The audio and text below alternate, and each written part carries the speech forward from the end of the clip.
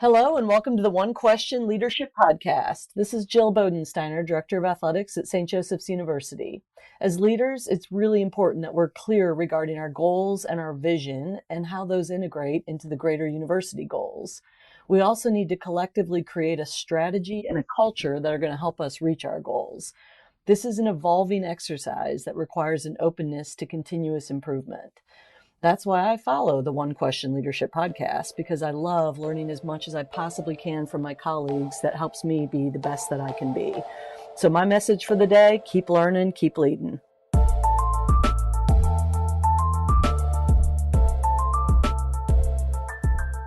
Greetings, this is Ty Brown, and welcome to the One Question Leadership Podcast, where we highlight executive and organizational leadership. Be sure to follow us on Twitter and Instagram at OneQ Leadership. Our guest today is Anthony Azama. Anthony is the Director of Athletics at Washington University in St. Louis. Greetings, Anthony. Thanks for joining us. I'm excited to be here. This is a great program, and kudos to you, Ty. Thank you very much. Now, you've been there at WashU in that role since 2017, which I guess it was July, so it's almost 5 years there. Spent time at Columbia, at the Mid-American Conference, Miami, Ohio, Florida Citrus Sports, among other places, with over 25 years in college athletics. And much of your experience, I guess, being in external operations. You've done some revenue generation and a number of other things. So you have a wealth of experience. You are a fan of leadership, which I am too. So I am excited about this conversation. I've heard you talk about what you termed as failure resiliency that student athletes learn while playing sports. And I wonder about that. Give us a little insight on that in terms of student athletes. And the key question here is, how does that translate to the person in the AD chair, that failure resiliency? You know, for student athletes, they succeed and fail all within a minute of a competition. And you being a former defensive back, you know that you probably spend more time on Sunday film study focusing on the plays that you didn't make versus the plays that you did. And it's really trying to make sure that you continue to remember, what you do well and spend a little bit of time on, what things you can improve. As that translates to the AD chair, to me, first of all, I don't think about life in terms of limits. I think about life in terms of possibilities. And for me, it's not, it is what it is. It's what do we want it to become? So it helps me kickstart the process of reflection and resolution. It's a good practice to review the day and the people that you interact with, because ultimately the goal is to engage, connect, and impact. And that's vital to trying to create a positive culture. But I think you also need to recognize not just the good parts of your day, but also acknowledging where you have fallen short and try to learn from it, assess the consequences, and don't repeat it. But here's another important thing as well. We've got to learn as leaders to give ourselves grace. It's not about being perfect as much as being authentic and being true to our moral compass. Because at the end of the day, we're here to serve others. In order for us to do that, we need to be at our best. So the first part of the process is reflection and resolution.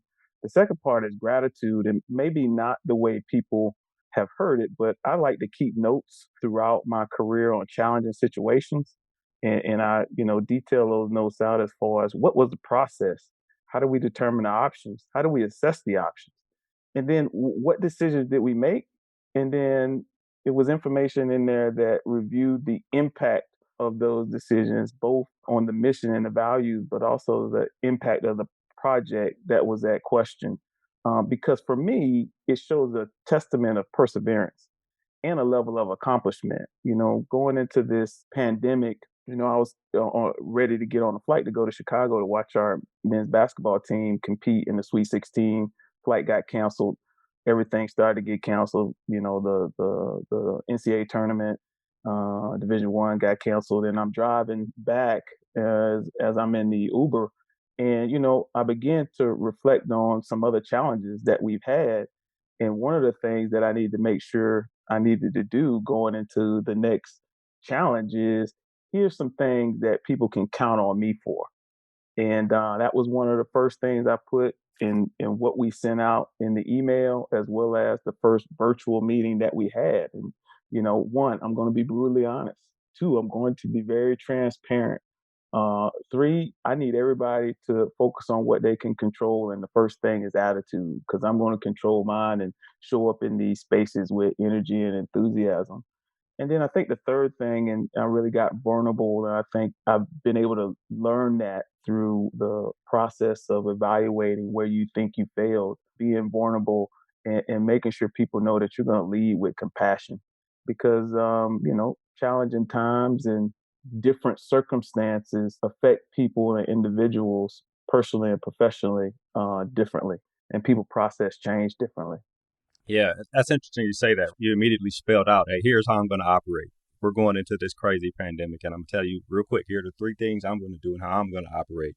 So let me set this standard for how we operate as a department. I think that's interesting. You said a couple other things, and I want to follow up on something regarding failure resiliency with student athletes. And also you mentioned in the chair, reconciling what we've done well, reconciling where we need to improve. There's the difference in when you're a student athlete, and you can speak to this being a former athlete yourself. Coaches tend to always coach you up from what you're doing wrong, right? You rarely, depending on the coach, receive a whole lot of kudos for what you're supposed to be doing right. I imagine in the athletics director chair, if you were to take on that mentality of, you could probably be too critical on yourself and lead yourself to some type of mental health issue almost with the pressures and the things you deal with as an athletics director.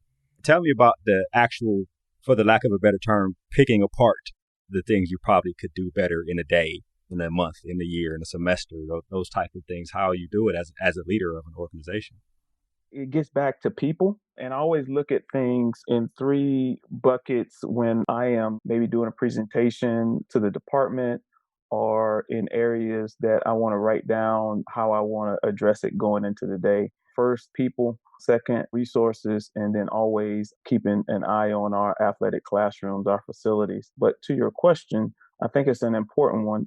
I think sometimes we can focus on our shortcomings too long that can affect how we show up in different spaces. Again, I'm not talking about arrogance on focusing on your strengths, but you have to remember what value you're trying to contribute to the enterprise or to the organization.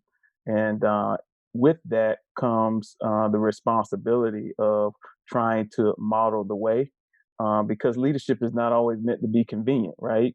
And so how we step into these spaces is critical because people feed off of our energy. I think some folks will say, well, you always have to be on. I don't necessarily think that's the case. I think there's times when, especially with your direct reports, when you have those challenging moments and it's appropriate to be vulnerable, and that way they are better able to understand how they can assist you in what you're doing. And then there's other occasions when I think when you've been able to evaluate some things to where you have to show up differently to help different people in your department.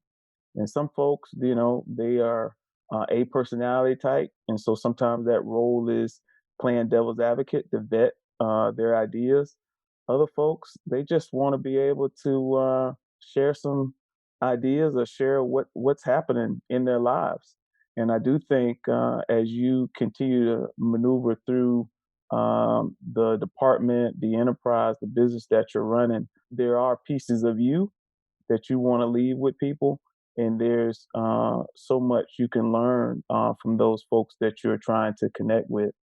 But specifically, as it pertains to really acknowledging where you've fallen short, to be able to have that as an area of priority going into the next day, or things that you've seen that probably need your attention as well. Because culture and you playing a role in that, not just through emails or from a podium, is so important as you look at and you think about the journey, because that's when I feel like the journey is so much more important than the destination because of what you learn during that process.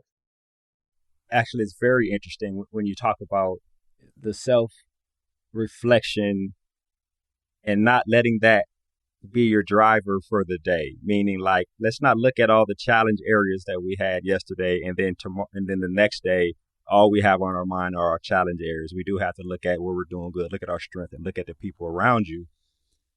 And it actually leads me to my next question.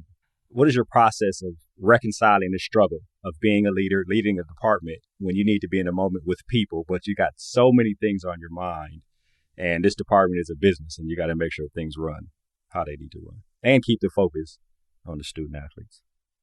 That's a lot to unpack, but it's a really good question. I think preparation is important in how you prepare for the day and making sure you're carving out time to prepare for the day. And one thing that you have to remind yourself being in this position is that the person in front of you doesn't know how many meetings you've had before them or after, right? And they shouldn't. They should feel like they're the only person that matters at that time. You know, when I first took the job here, I shared with student athletes, be where your feet are. These moments go by so fast. And I know you would love to go back and play one more game.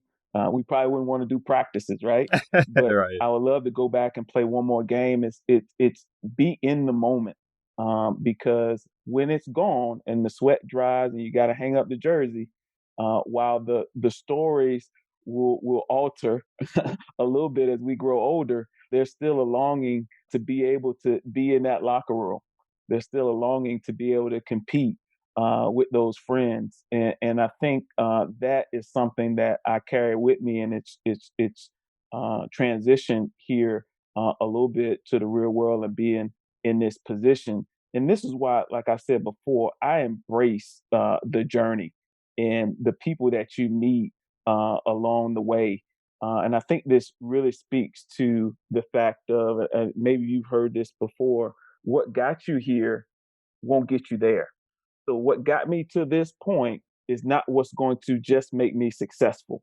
I've got to pivot a little bit, and like you alluded to, I've overseen the external side, which is half of the athletic department. As the athletic director, now you're overseeing the entire athletic department, and there's a difference there in how you need to show up internally and then what needs to be done externally to kind of continue to create that momentum. And it's something that we talk about a lot in our department, especially during this pandemic. Us showing up with the energy and enthusiasm, because that creates the momentum for our staff when they look at and see us not falling victim to the frustration and the fatigue, still being human, of course, and we show that with our actions, not what we say, right? You can't say you're a good teammate. You show that you're a good teammate, and really trying to model that way. That has been something that to me has been very critical in trying to be a good leader, but more importantly, to be a good servant leader. Right. I imagine it's not easy. I mean, you may have just come out of a meeting where everybody's trying to fight for whatever resources they need to have for whatever part of their organization, and you run into a football player, or you run into a basketball player, or you run into anybody, a woman who works in the department, even just a student on campus, and you got to be in the moment there and not put off what you just went through in this meeting on this person you're meeting right now. That's got to be a challenge. But I think if you're able to do it, you probably get stronger at it. Just like practice, right? If you're able to do that once and you're able to do it twice, you probably get stronger at it. If there's something I could add, you have to adapt to the situation. Like all politics are local, right? No two campuses, mirror each other. And when you're at a place where relationships are currency, and by that, I mean, even if it takes me 5 minutes to walk from my office across campus to a meeting, I need to leave 15 minutes ahead of time, right? Because the moment you just walk past somebody or you cut the conversation short, that'll get around faster than all the things that you do well, because relationships matter and connecting with people matter.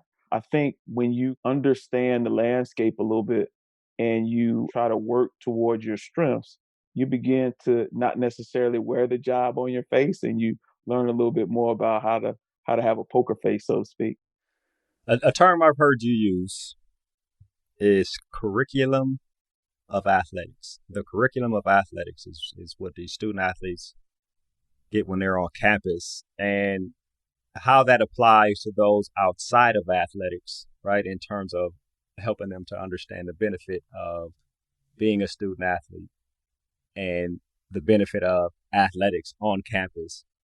Give me some thought into that, I guess the term you use, the curriculum of athletics on campus, and how it relates to professors on campus who may or may not be sports people, right? Who may or may not, from their lens, understand the value of college athletics to the people who play it, to the university, to the constituency of the university. Talk to us a little bit about that.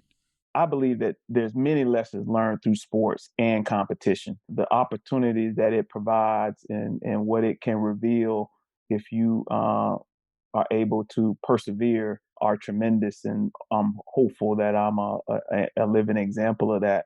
But three that stand out to me and that I always talk about with our student athletes are these transferable skills that I think are just as important today as they were back in 1994 when I started at Vanderbilt. And in no particular order, interpersonal skills, the ability to be able to connect with people who may be different from you. That is a valued skill now more than ever, right? Because we've gone into these echo chambers and we're having hard times listening to people who differ in opinion. But if you take the time, you'll find out that there's probably more opportunities where you intersect than you are different. But I also think it also begins the honing of what I call EQ, emotional intelligence, the ability to learn how to have empathy, right? When I think about the teams that I've been on and the guys that I went through tour days with, it really crystallized a better understanding for me of their why. They knew my why, and there was a connection. There was a bond that was there, right? And even if that meant, hey, they needed a study buddy past midnight, I'm there because I know they would do it for me. And so those interpersonal skills, the organizational skills, and I don't think this should be, taken for granted because I think you got to be strategic with your time, especially as a student athlete. That also carries over into life after college. But being able to uh, organize your time really allows you to maximize the spaces you show up in because you're not carrying baggage of maybe things that were left unfinished into the next space. And then the last thing is leadership skills. What value can I bring to the team or the enterprise? I think the athletic curriculum builds student athletes to have the ability to impact the lives around them. And that's both not just from a leader standpoint, but also being a good servant leader and being someone that can listen, follow instructions, and where most people see challenges, usually student athletes, former student athletes see opportunity. How this translates to the world of academia is I want to make sure they understand that we're on two parallel tracks trying to prepare young people within these 4 years for the next 40 years of success, right? I mean, we have young people that's staring down public failure in every competition, but they're learning how to rise and respond with their coach. And, even business professional CEOs have executive coaches. So there's a lot of things that translate back and forth. But one of the reasons why I kind of move forward with that term when I'm in the world of academia, because I understand that most people's understanding of college athletics is either through ESPN or the negative headline. They really don't understand the emotional and mental development. It's not just physical. And the fact that there's so much time that a program is engaged in together, that's more than the outcome on the scoreboard. Like, that's the motivation. And that may be 2, 3 hours of their whole time of preparing for that exam day, if you will, test day, which everybody can review and monitor and critique. That's a little bit different than the person that's in a chemistry lab. And so what we try to do is maybe use some of the same terms and try to relay it when I'm speaking with deans or I'm speaking in front of academia to show that these worlds aren't that much dissimilar. And then when you start to talk about outcomes, and to me, some of the bigger key performance indicators are graduation rate, job placement rate, right? Uh, and GPA. And what we've been fortunate, even during the pandemic, is our student athletes have outpaced the student body. And so that says something, because our student athletes are showing up in these spaces as students, but with the mindset of being ready to compete, because they know that what they're learning, they're getting the best of both worlds, the athletic curriculum and then the world of academia, because the goal is, for them to have a holistic experience, development, to be prepared for the next 40 years of success. And I think research proves that student athletes tend to be a little bit more successful than the student body.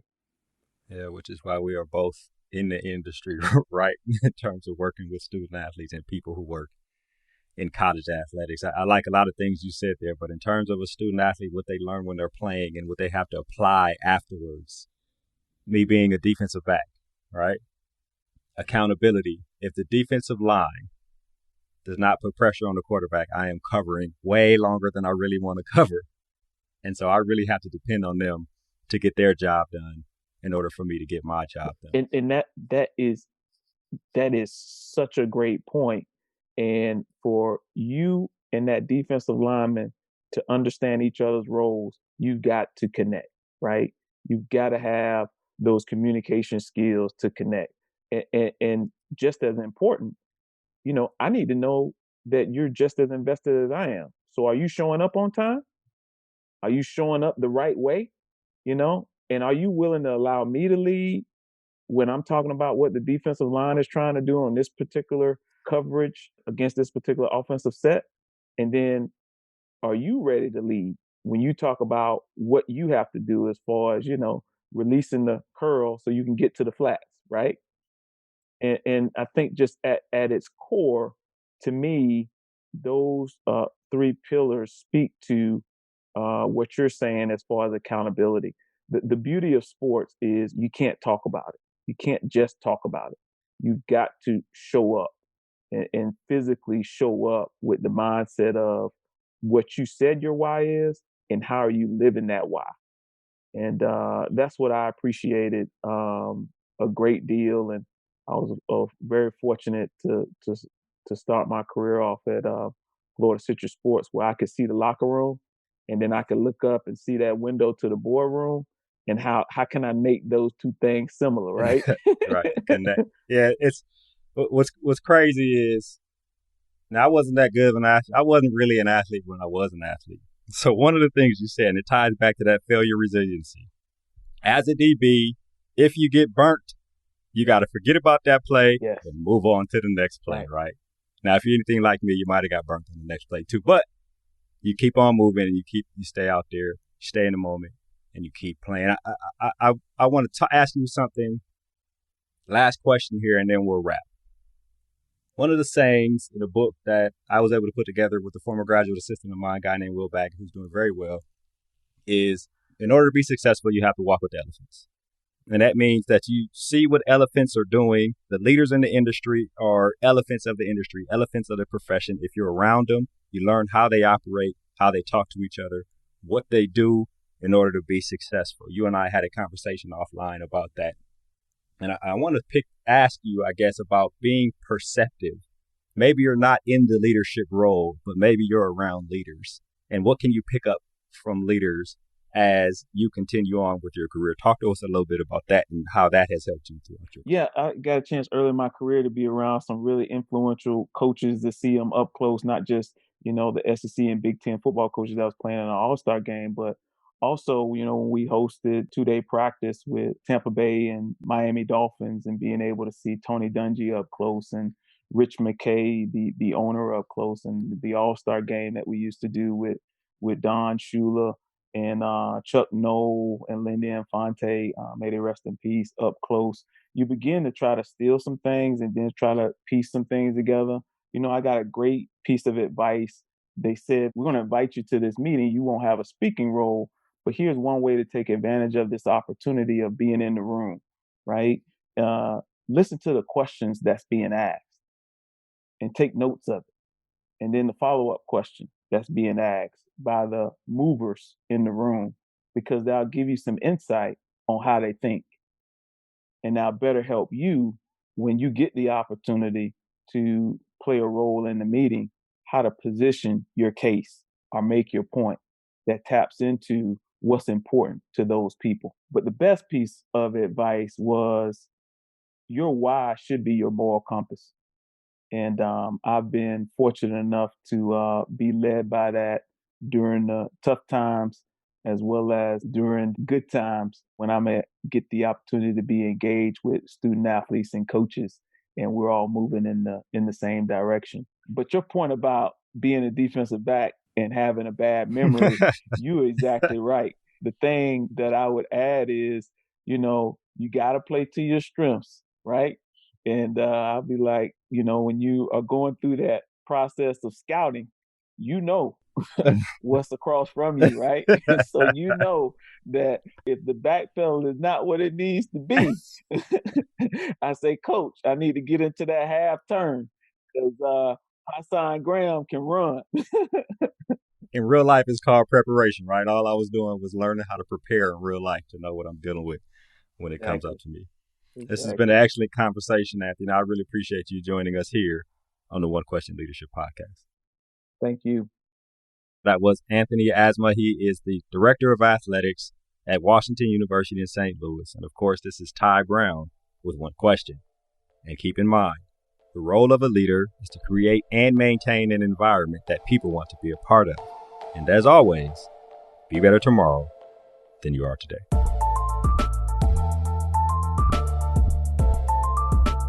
This episode of the One Question Leadership Podcast is produced by Spades Media Group, solving problems using creative leadership.